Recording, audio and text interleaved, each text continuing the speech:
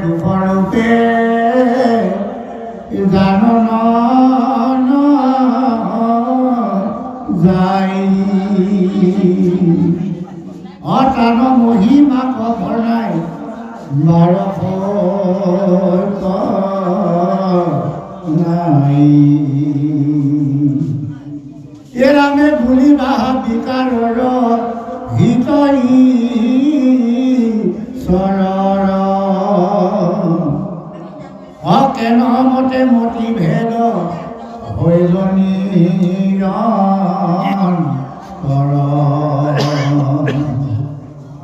এৰামে যেন জন লোহা অয়স্কাৰ কান্তৰ চৰে আপুনি ভ্ৰময় সভা মতে নিৰন্তৰ ইৰামে দেহি চক্ৰ পানী মূৰ মতি কণী অভেদ কৰিলন্ত ভগ মন্ত কৃপা এৰামে বুলি বাহা খন্দিতে মতি ভেদ হৈল কোনো ভাগ্য দয়েছে মতৰ লোপ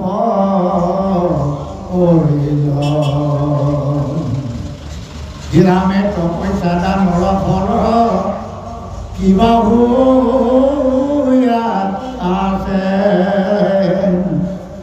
অকেন মতে ভৈল আকৌ নজানি শুনি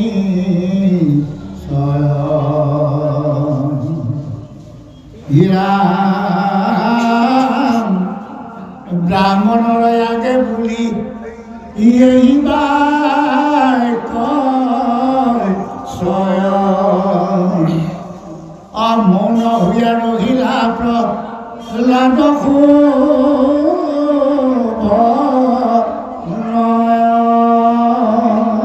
এতিয়া সংসাৰৰ বিষয় বুদ্ধিত থাকি যিসকলে ঈশ্বৰক চিনি নাপায় অহংকাৰ সূত্ৰে নিজকে বয়বৰ বুলি কৰ্ম কৰিবলৈ যায় এতিয়া সেইজনক বোলে ভগৱন্তই বোলে বুদ্ধিভ্ৰষ্ট কৰি দিলে বুদ্ধিভেদ কৰি দিলে সেইজনে আৰু কোনোদিন নিষ্ঠাৰ নাপায় গতিকে সেইকাৰণে কৈছে সংসাৰটো নাহি আৰু তাহাৰ নিষ্ঠাৰ উপজি উপজি ঘূৰ ভঞ্জীৱে নিকাৰ যিজন কৃষ্ণই আমাৰ দেহৰ অন্তৰাত্মাত থাকি আমাক জ্ঞান দিছে বুদ্ধি দিছে চৈতন্য শক্তি দিছে তেওঁ যি ইচ্ছা তাকেই কৰাইছে কিন্তু আমি যদি সেই জ্ঞানটো যদি ল'ব নোৱাৰোঁ সেই দৰ্শন যদি ল'ব নোৱাৰোঁ তেতিয়াহ'লে জানিব লাগিব আমি উপজিব লাগিব মৰিব লাগিব আজি ইটো জুনিলৈ আহিছোঁ কাইলৈ হয়তো কৰ্মসূত্ৰে বিষয় বাঞ্ছা সূত্ৰে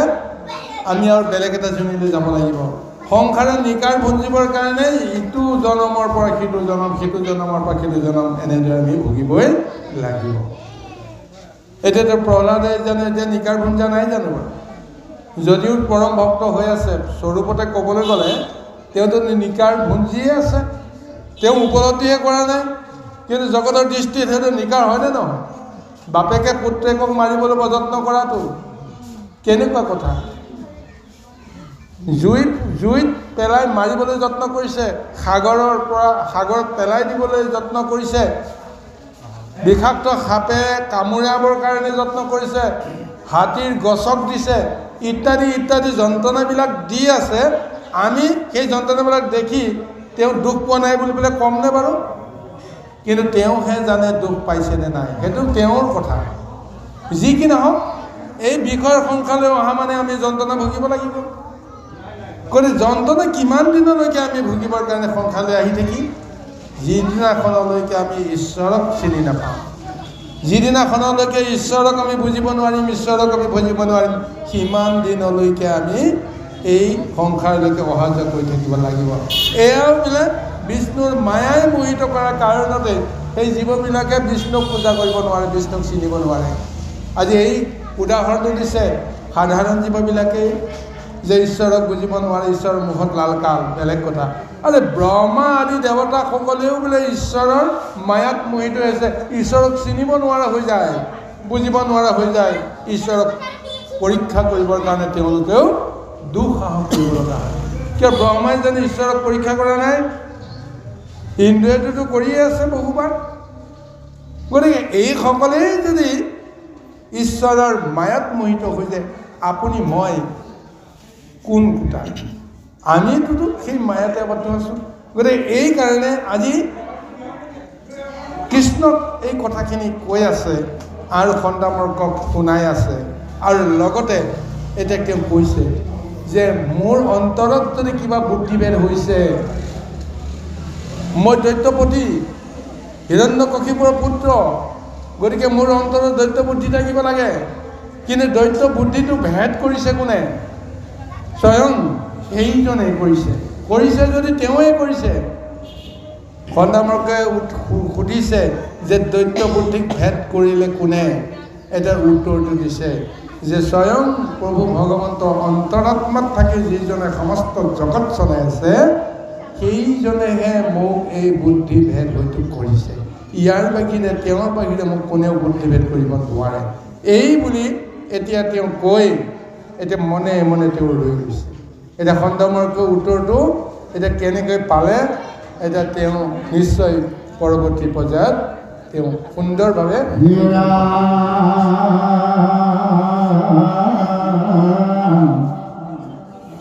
বাক্য শুনি গালি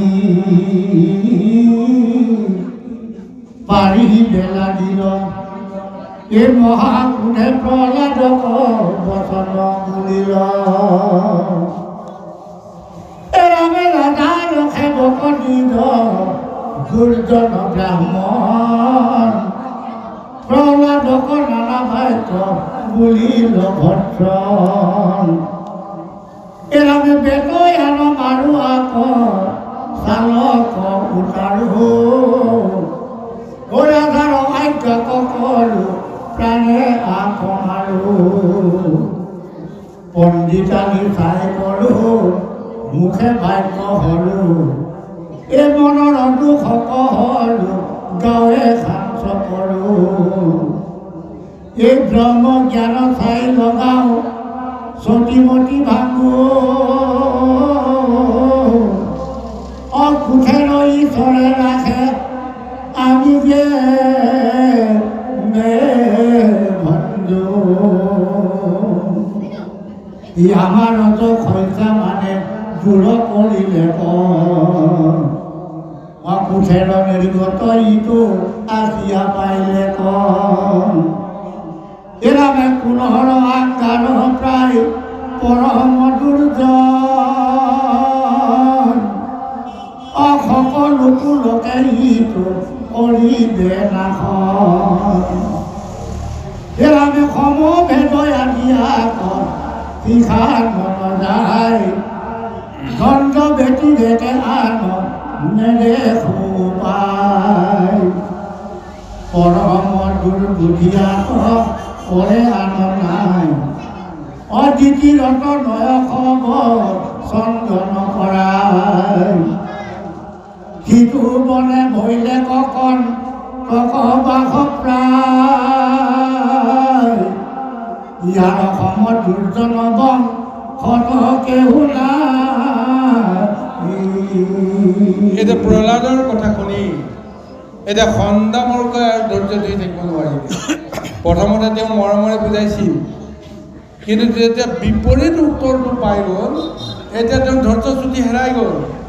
তেওঁ কেনেকৈ ইমান ক্ৰোধান্বিত হ'ল নিজেও ক'ব নোৱাৰে। বিষ্ণু মায়াই তেওঁকো কেনেকৈ গ্ৰাস কৰিলে এতিয়া আচৰিত।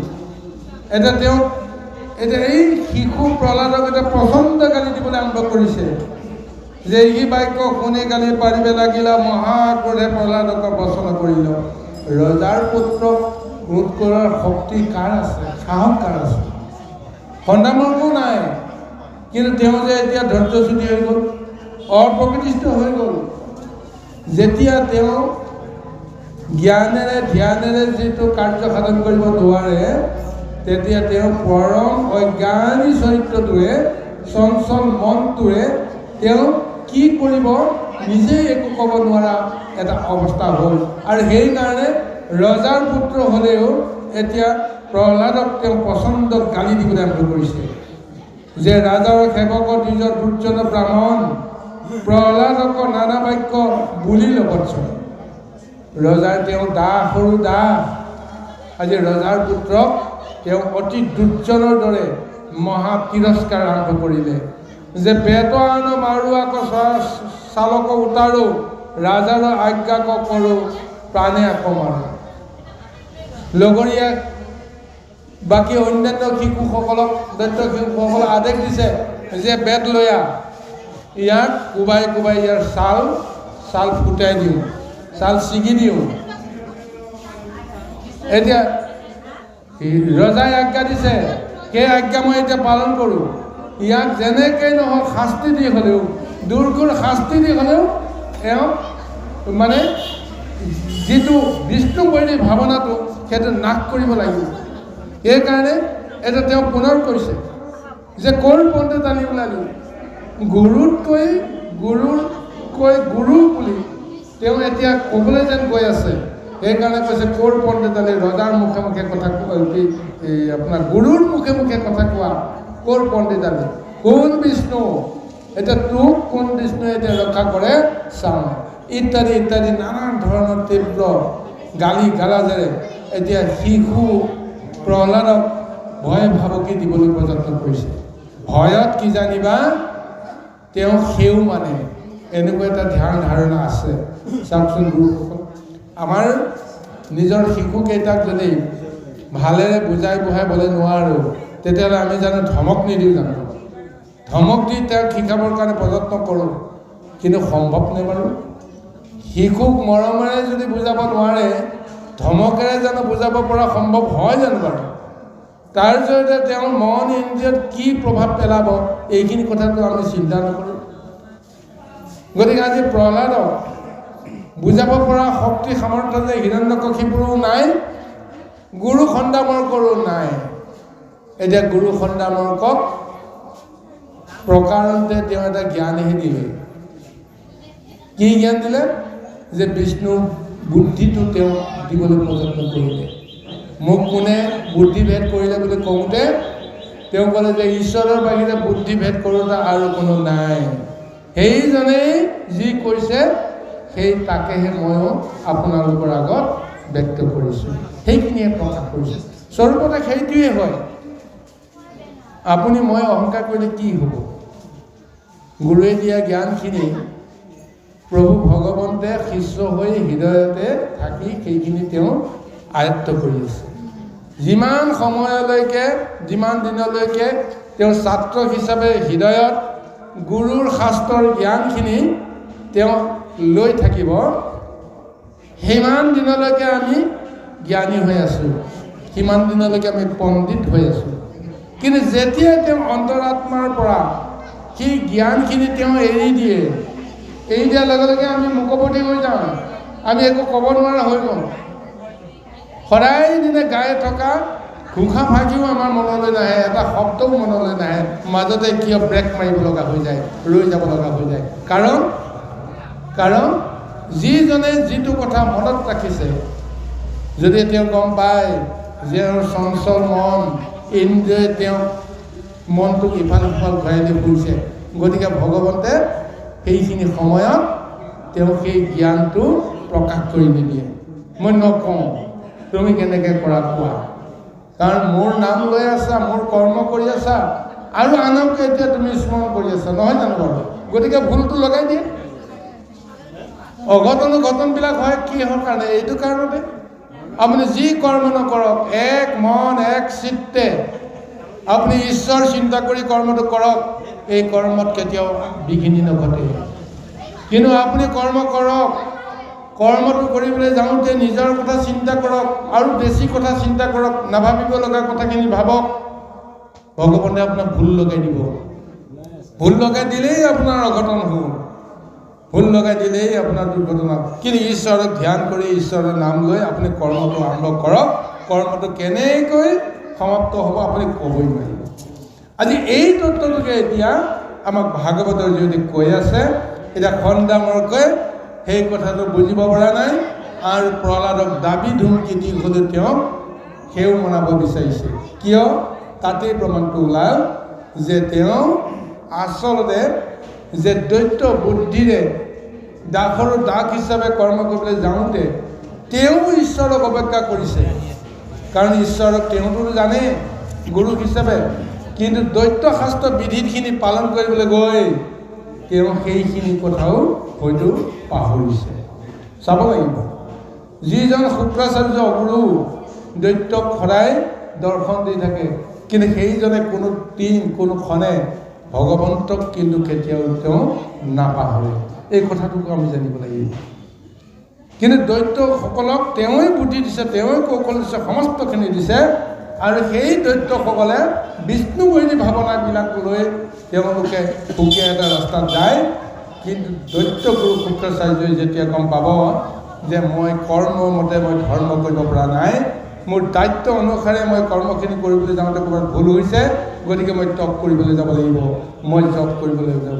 ক'লৈ যাব তপ কৰিবলৈ? তেওঁ হয় ব্ৰহ্মাক পূজা কৰিব, নহয় বিষ্ণুক পূজা কৰিব, নহয় শিৱক তেওঁ আৰাধনা কৰিব। কাৰণ তেওঁ জানে ব্ৰহ্মা বিষ্ণু মহেশ্বৰে কলেবৰ যিকোনো এজনক আশ্ৰয় ল'লেই হয়তো তাৰ জৰিয়তে গোটেই ঈশ্বৰৰ সৰ্বময় কৰ্তাটোৰ যিটো কৃপা, সেই কৃপাটো তেওঁ পাব। এতিয়া আহক গুৰু সমস্ত পুনৰ আমি পৰৱৰ্তী প্ৰদৰ্শনলৈ আগবাঢ়ো। বিষ্ণু ভৈল লোহা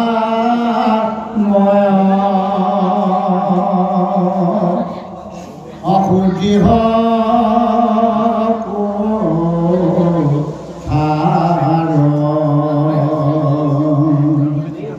অপ্ৰহ্লাদ ভৈলে কলাল জানিবাতা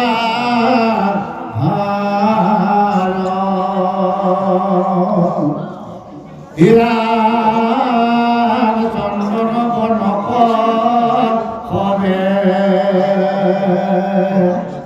অকৰিবে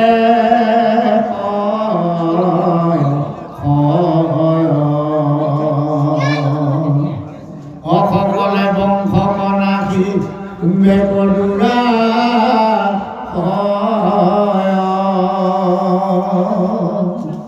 হিৰামে যেন নাল কুঠাৰ অসম যুগন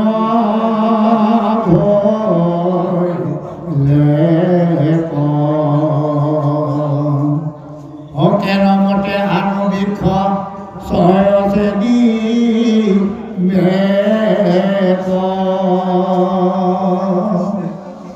হিৰামে কুঠাৰ নাল যেনে ভৈলয়ে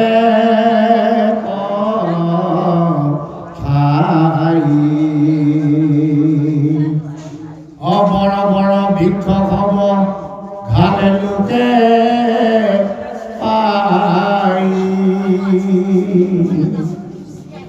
হিৰামে তেন মত ভৈল ইটো নালৰ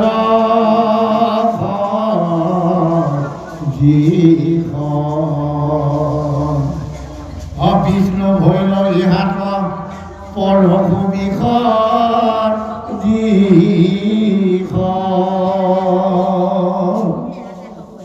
হিৰামে একে তেকে জাত ভৈলা অপৰম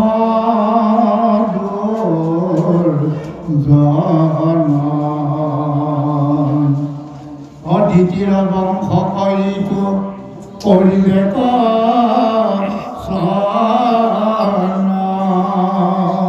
এতিয়া পুনৰবাৰ সন্ধানৰ কৈ এতিয়া প্ৰহ্লাদক গালি পৰা চলেৰে হিৰণ্যকশিপুৰক তেওঁ প্ৰশংসা কৰিছে। কিয়? যে হিৰণ্যকশিপুৰ হৈছে দ্বিতীয় সন্তান। দ্বিতীয় সন্তান হিচাপে তেওঁ যিমানখিনি যি ধৰ্ম পালন কৰিব লাগে সেইখিনি গোটেইখিনি তেওঁ কৰিছে। সেইকাৰণে দ্বিতীয় সন্তানসকলক চন্দনৰ লগত তুলনা কৰিছে।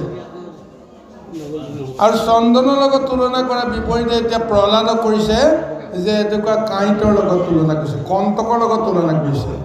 চন্দনৰ সুগন্ধি ক'ত আৰু কাঁইটীয়া গছৰ যন্ত্ৰণাদায়ক যিটো আক্ৰমণ, সেই অৱস্থাটোক আজি প্ৰহ্লাদ আৰু হিৰণ্যকশিপুৰ লগত তুলনা কৰিছে খণ্ডামৰ লগত, যে ক'ত চন্দন সদৃশ মানে দৈত্য বংশৰ হিৰণ্যকশিপুৰ আৰু ক'ত তুমি কণ্টকপ্ৰায় দৈত্য বংশ যেন তুমি ধ্বংস কৰিবলৈহে তুমি জন্ম হৈছা, কুলৰ যেন তুমি এটা কুলাংগাৰ হিচাপে পৰিচয় দিব লাগিছে, এতিয়া তোমাৰ কাৰণে দৈত্য বংশ থান বান হৈ যাব ইত্যাদি ইত্যাদি নানা ধৰণৰ তিৰস্কাৰ কৰিছে।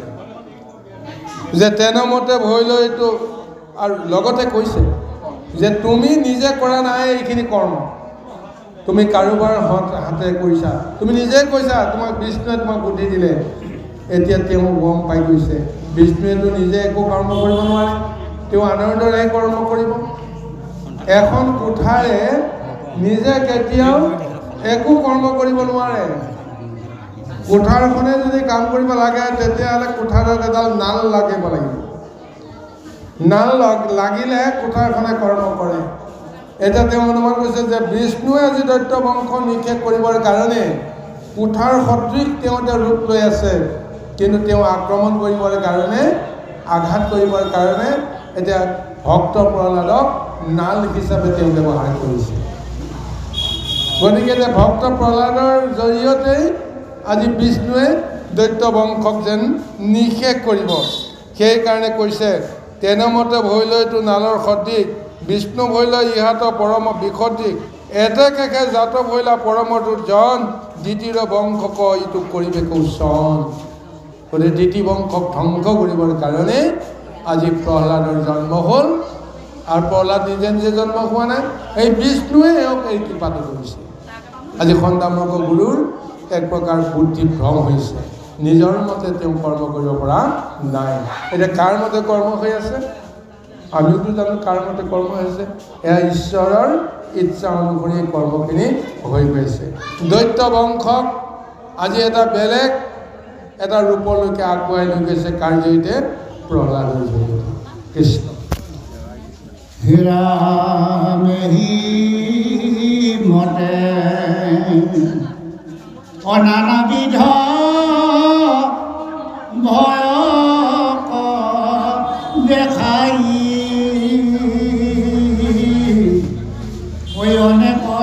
অনেকনেশ্বৰ বাণী গৰ্জয় সদা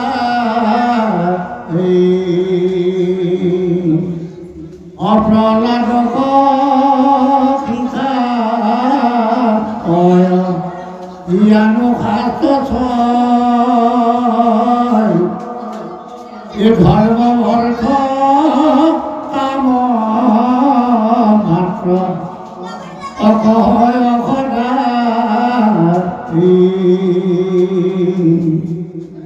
একবাৰ শিখা নালাগে আৰু অফৰ কৰি পঢ়িলেই দৈত্যৰ কুমাৰ সি মতে কতো দিন পহন্তে আছ প্ৰহ্লাদে জানিলে মানি লেখ শাস্ত্ৰ এৰামে খণ্ডামৰকে আনন্দিত হৈ লয় অতিশয় অপ্ৰহ্লাদক দয়া কৰি বচন বোলয় কিহৰ কলা দিয়া বাপু গালি তৈ শাস অশিকি লিখক হলে শাস্ত্ৰ পিতৃবাসে ৰাখ ইয়াতে দেশক কেনো যায় কৰে সৰ্বলোকত অপিতৃ কেন সাগৰ ৰিবে আজি তোক এই আমাক ৰিলি যায় এই প্ৰহ্লাদ কুমাৰ ও তোমাৰ পিতৃৰ পাশে চমকৰীয়া সত্ৰৰ জয় কৃষ্ণ। এতিয়া গুৰু সমস্ত খণ্ডামৰ্কে এতিয়া পৰম ক্ৰোধ কৰিলে, কিন্তু ইমান ক্ৰোধ কৰাৰ পিছতো প্ৰহ্লাদ অকণমান ভীতিগ্ৰস্ত নহ'ল। বিনয়ী স্বভাৱৰ শান্তশিষ্ট স্বভাৱৰ সেই প্ৰহ্লাদে কেৱল নিৰ্বাক হৈ শান্তশিষ্টভাৱে গুৰুৰ মুখলৈকে চাই আছে। আৰু প্ৰহ্লাদৰ মুখখন দেখা পোৱাৰ লগে লগে এতিয়া গুৰুৰ চিন্তা কৰিব লগা হ'ল যে এওঁকটোতো ভয় ভাবুকিহে দিছোঁ, স্বৰূপতেতো মইতো মাৰিবও নোৱাৰোঁ, মাৰাৰ সাহসো নাই। তাতে তেওঁৰ শান্ত মূৰ্তিটো দেখা পোৱাৰ পিছত তেওঁ আৰু বেছি তেওঁ মনত শংকিত হৈ গ'ল যে এওঁক আৰু ক'তোৱেই লাভ নাই। তেতিয়া তেওঁক অকণমান বুজাই বঢ়াই এক প্ৰকাৰ অনুৰোধ কৰিছিল যে তুমি মোৰ সন্মানটো ৰক্ষা কৰিব লাগিব। যদি মই শিকোৱাৰ দৰে তুমি নিশিকা, তেতিয়াহ'লে মই তোৰ ৰজাৰ পৰা তোৰ মহাশাস্তি বা দণ্ডৰ মই উপভোগ কৰিব লাগিব। তোমাক ভালকৈ শিকাব নোৱাৰিলে শাস্তিটো মই খাব লাগিব। তুমি খোৱা নোখোৱা বেলেগ কথা, তোমাৰ ভয় আছে নাই মই গমেই পালোঁ। তোমাৰ পিতৃৰ দৰে এজন মহাশক্তিশালী দৈত্যকো তুমি আজি ভয় কৰা নাই, তোমাৰ আচৰণে অকণমান পাৰ পাই গ'ল। কাৰণ তুমি তেওঁক বেয়া পোৱা কৰ্মখিনিকে তুমি কৰি আছা, তেওঁৰ আগত তুমি শত্ৰুৰ প্ৰশংসা কৰি আছা। গতিকে তোমাৰ সাহসৰ কথা মোৰ বুজিবলৈ বাকী নাই। কিন্তু মই কি কৰিম, মোৰতো উপায় নাই। গতিকে মোৰ সন্মান তুমি ৰক্ষা কৰিব লাগিব। গতিকে মই যি কওঁ তুমি তাকে শুনিব লাগিব, যি শিকাওঁ তুমি তাক মনোযোগ দিব লাগিব, ইত্যাদি ইত্যাদি। তেওঁ যেতিয়া শান্তশিষ্টভাৱে তেওঁ ক'বলৈ আৰম্ভ কৰিলে, প্ৰহ্লাদে মূৰ জোকাৰি সন্মতি দিয়াৰ বাহিৰে তেওঁ মুখেৰে একো নক'লে। তাৰপিছতো প্ৰমাণ হৈ গ'ল, যেতিয়া খণ্ডামৰ্কে শিকাই আছে ধৰ্ম অৰ্থ কাম এই তিনি বৰ্গৰহে লগত সম্বন্ধ আছে দৈত্যকুলৰ। গতিকে এই তিনি বৰ্গৰ শাস্ত্ৰসন্মত যিমানবিলাক জ্ঞান আছে সমস্তখিনি তেওঁ পঢ়াই আছে আৰু গোটেইখিনি তেওঁ অতি সুন্দৰভাৱে আয়ত্ত কৰিছে। এবাৰ শিকালে আৰু দ্বিতীয়বাৰ শিকাব লগা নাই। সৰ্বশাস্ত্ৰ তেওঁ এতিয়া পণ্ডিত হৈ গ'ল, বিশাৰদ হৈ গ'ল, গুৰু মহাতুষ্ট হৈ গ'ল। তেতিয়া প্ৰহ্লাদক আকৌ মৰমেৰে মাতি কৈছে, হে বাচ্চা, যে তুমি যদি এনেদৰেই যদি শিক্ষাখিনি ল'লাহেঁতেন তেতিয়াহ'লে মিছাতে তুমিতো গালি খাব নালাগে। এতিয়া তোমাৰ পিতৃয়েও তোমাক গালি দিলে, ময়ো তোমাক গালি দিলোঁ, কিন্তু এই তোমাৰ যিটো বিচক্ষণতা এইখিনিৰে তুমি যদি সঁচাকৈ এই শিক্ষাখিনি লৈছা তেতিয়াহ'লে আৰু তোমাক আৰু শিকাব লগা নাই। এতিয়া চাবা, মই যেতিয়া তোমাক লৈ যাম তোমাৰ পিতৃ গৃহলৈ, তোমাৰ পিতৃ কিমান মৰম কৰিব। তেওঁ বিচৰা মতে যদি গোটেই সৰ্বশাস্ত্ৰৰ জ্ঞানখিনি তেওঁ যদি পাই যায় তেতিয়াহ'লে তেওঁ কিমান তোমাক মৰম কৰিব। আৰু তাৰ ফলত তেতিয়া কি হ'ব, মোকো তুমি ৰক্ষা কৰিবা। কাৰণ ৰজাই যিটো মোক দণ্ড দিব, তোমাক দেখা পোৱাৰ লগে লগে তোমাৰ পৰা এইখিনি কথা জনাৰ পিছত এতিয়া তুমি মোক ৰজাৰ দায়ৰ পৰা তুমি মুক্ত কৰিলা, এই বুলি এতিয়া প্ৰহ্লাদৰ প্ৰশংসা কৰি আছে। কিন্তু প্ৰহ্লাদে কোনো ধৰণৰ প্ৰতিক্ৰিয়া ব্যক্ত কৰা নাই। আগতে যেনেকৈ শান্তশিষ্ট মূৰ্তিৰে তেওঁ সকলোৰে লগত সম্বন্ধ কৰে, তদ্ৰূপ সেই একেই মূৰ্তি, অল্পভাষী, তেওঁ মৃতভাষী, তেওঁ কথা শুনিলেই মৰম লাগি যায়, ইমান মৃতভাষী তেওঁ, আৰু প্ৰয়োজনতহে কথা দুটা এটা কয়। গতিকে শান্ত শিষ্ট গুণী জ্ঞানী লোকসকলে সদায় মৃতভাষীয়ে হয় আৰু অল্পভাষীয়ে হয়। অপ্ৰয়োজনত কেতিয়াও তেওঁলোকে শক্তিক্ষয় কৰিব ইচ্ছা নকৰে। প্ৰহ্লাদৰ এই গুণটো আছে, প্ৰকাশ পাইছে তেওঁৰ মুখমণ্ডলত। এই মুখমণ্ডল দৰ্শন কৰাৰ লগে লগে যিমানেই ক্ৰোধান্বিত নহওক তেওঁৰ মুখলৈ চাই কোনেও ক্ৰোধ কৰিব নোৱাৰে। মুখলৈ চোৱাৰ লগে লগে তেওঁ মতিভ্ৰম হ'বই লাগিব, ভবা মতে তেওঁক কেতিয়াও আচৰণ কৰিব নোৱাৰে। কৃষ্ণ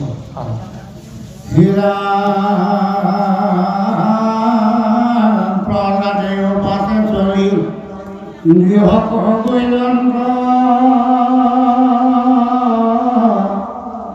কায়া ধূল দিয়া মহা আনন্দ হইলন। এৰামে খুৱাই ধুৱাই অলংকাৰ পিন্ধাই ও দেখিতে সুন্দর আতি শুভময় পায় দৈতেন্দ্র আগে খন্দা মর্ক গুরু নীল আনন্দিত হইয়া পাশে তানয়াগে দিল এরামে প্রহ্লাদে পিতৃর পাহে পরিণ মিলন্ত এ প্রশংসা করিয়া আখির বাদর করিলন্ত আজি গিয়া ধৰি কত খনে আছিলে কম হিৰণ্যকশিপু মহা আনন্দ পাইলে কম অকুলা কব ছায়া ক্ষীৰ গ্ৰামন্ত সত স্নেহে বাদ ভৈলা অশ্ৰু অৰাণ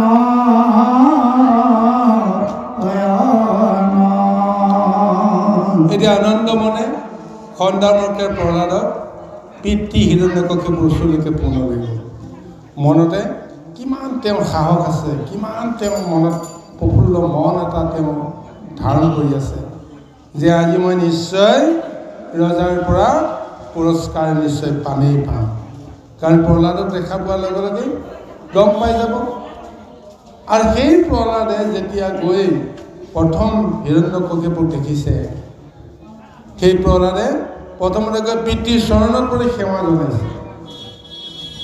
যেতিয়া চৰণত পৰি সেৱা জনোৱাৰ পিছত পুতেকে যেতিয়া পিতৃক যেতিয়া চৰণ সেৱা কৰে, পিতৃৰ মনত কেনেকুৱা এটা ভাৱনা আহিব চিন্তা কৰি চাওঁ। অতি আনন্দৰে হিৰণ্যকশিপুৰে আলিংগন কৰিছে, বুকুত সাৱটি ধৰিছে, শিৰ ঘ্ৰাণ কৰিছে, তাৰপিছত পুনৰ তেওঁক কোচত তুলি লৈছে। এইবিলাক মৰম চেনেহ আৱেগ এই সমস্তবিলাক আহিছে। আৰু সেই প্ৰহ্লাদৰ সেই নিৰ্মল ৰূপটো দেখা পায় হিৰণ্যকশিপুৰ আনন্দৰ অশ্ৰু বৈ গৈছে। হিৰণ্যকশিপুৰ অশ্ৰুৰে প্ৰহ্লাদৰ মূৰ তিতি গৈছে, গা তিতি গৈছে, কিন্তু তথাপিও প্ৰহ্লাদ নিৰ্বিকাৰ, শান্ত শিষ্ট। এতিয়া চাওক গুৰুসকল, এইখিনিতে বহু আধ্যাত্মিক কথা আহে।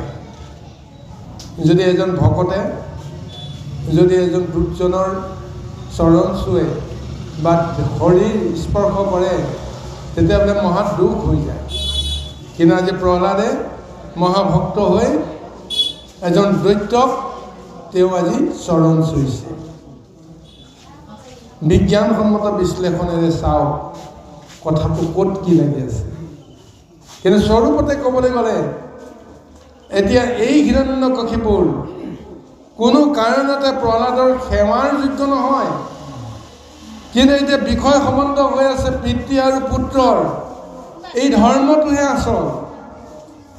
যিখন সংসাৰত পিতা পুত্ৰৰ বিষয় সম্বন্ধৰ ধৰ্মটো অটুট থাকে, তাত সৰ্বধৰ্ম তাতেই বাস কৰি থাকে। ভগৱন্ত তাৰ লগত জড়িত হ'বলৈ বাধ্য। আজি লৌকিকে দেখুৱাইছে প্ৰহ্লাদক তেওঁ ইয়াৰ আগতো নানা ধৰণে গালি দিছিল, কিন্তু প্ৰহ্লাদৰ অন্তৰত সেই যিটো ক্ৰোধ ভাৱ, সেই ক্ৰোধ ভাৱটো নাই। পিতৃৰ প্ৰতি সদায় তেওঁ আগতে যেনেদৰে এটা চিন্তা আছে, সেৱা শুশ্ৰূষা কৰিব পৰাকৈ, যেনেকুৱা মান্যতা কৰিব পৰাকৈ তেওঁৰ মনত যিটো বোধ শক্তি, সেই একেই বোধ শক্তি আছে।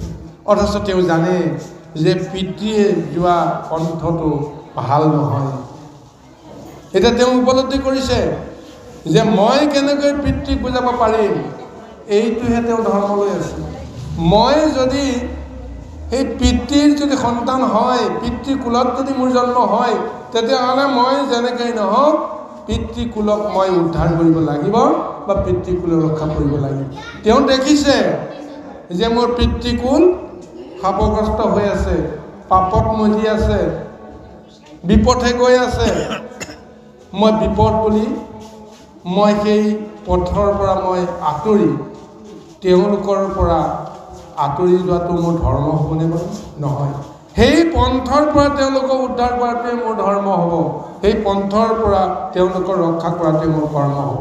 আজি প্ৰহ্লাদৰ মনৰ সৈতে সেইটোৱে ভাৱনা আছে যে তুমি যোৱা ৰাস্তাটো ভুল, সেই ৰাস্তাৰ পৰা তুমি যেনেকৈ নহওক মোৰ ৰাস্তালৈকে আহিব লাগিব। এই কাৰণে তেওঁ সেই সম্বন্ধটো ৰক্ষা কৰি আছে। আৰু এই সম্বন্ধটো যেতিয়ালৈকে তেওঁ অটুট ৰাখিব পাৰিব তেতিয়ালৈকে ভগৱন্ত তেওঁৰ লগত থাকিব। কিন্তু এই ধৰ্মৰ পৰা তেওঁ আঁতৰি যাওকচোন, পিতৃক কওক যে তোমাৰ লগত আজি মই নাই, তুমি যোৱা ৰাস্তাটোৰ লগত মোৰ সম্বন্ধ নাই, তুমি যেনেকৈ যোৱা মই তোমাৰ লগত নাই। ভগৱন্তে কেতিয়াও সেইটো নিবিচাৰে। গতিকে যদি প্ৰহ্লাদ সঁচাকৈ হিৰণ্যকশিপুৰ পৰা আঁতৰি গুচি গ'লহেঁতেন, আকৌ নাৰদৰ ওচৰতে গৈ যদি তেওঁ যদি থাকিলেহেঁতেন যে সেই গুৰুদেৱ আপুনি যিখিনি শিক্ষা দিছিলে এইখিনি শিক্ষাক লৈ মই এতিয়া পিতৃগৃহত মই থাকিব নোৱাৰোঁ, পিতৃয়ে মোক অনাদৰ কৰে, গতিকে তোমাৰ লগতে মই আজিৰ পৰা থাকিম, এই বুলি পেলাই যদি তেওঁ যদি যোৱাহেঁতেন ঈশ্বৰৰ কাৰ্য সাধন নহ'লহেঁতেন। ঈশ্বৰৰ কাৰ্য সাধন এইকাৰণে হ'ব যে তুমি হিৰণ্যকশিপুৰৰ লগতে থাকিব লাগিব, হিৰণ্যকশিপুৰক যিমান পাৰি সিমান দৈত্য বুদ্ধিখিনি জাগৰণ কৰি দি থাকা, আৰু মই তোমাৰ ওচৰলৈকে গৈ আছোঁ, মই যোৱা ৰাস্তাটো তোমাৰ জৰিয়তে মই পাবলৈ যত্ন কৰি আছোঁ। এই ব্যৱস্থা। গতিকে তাতেই এতিয়া সংসাৰ ধৰ্মৰ কথাটো উল্লেখ কৰিছে। গতিকে এই সংসাৰ ধৰ্মত প্ৰহ্লাদৰ পৰা শিকিবলৈ আমাৰ বহুত কথা আছে। সি দৈত্য পিতৃক এৰিব নোৱাৰিলে, কাৰণ তেওঁ বংশ পৰিচয় হৈছে দৈত্য। গতিকে তেওঁ এই বংশ পৰিচয়টোক ত্যাগ কৰি কেতিয়াও তেওঁ অন্য এটা বংশ পৰিচয় দিব নোৱাৰে। দৈত্য কুলত জন্ম, তেওঁ দৈত্য কুলৰে তেওঁ সন্তান, আৰু তেওঁ যদি শুদ্ধ হ'ব লাগে তেওঁৰ জৰিয়তে দৈত্য কুলো শুদ্ধ হ'ব লাগিব। এয়াই হৈছে ঈশ্বৰৰ ইচ্ছা। সেই ইচ্ছাৰ জৰিয়তে আজি আমাৰ এই মহা ভাগৱতৰ জৰিয়তে জ্ঞানবৰ্ধক এই মহা আখ্যান প্ৰহ্লাদ আৰু হিৰণ্যকশিপুৰ, যাৰ কাৰণত আজি নাৰদে এই শিক্ষাটো আজি প্ৰহ্লাদৰ জৰিয়তে এতিয়া যুধিষ্ঠিৰক দিবলৈ কাৰণে প্ৰযত্ন কৰিছে। ধৰ্মৰাজ যুধিষ্ঠিৰ। বাৰু যি কি নহওক গুৰু সমস্ত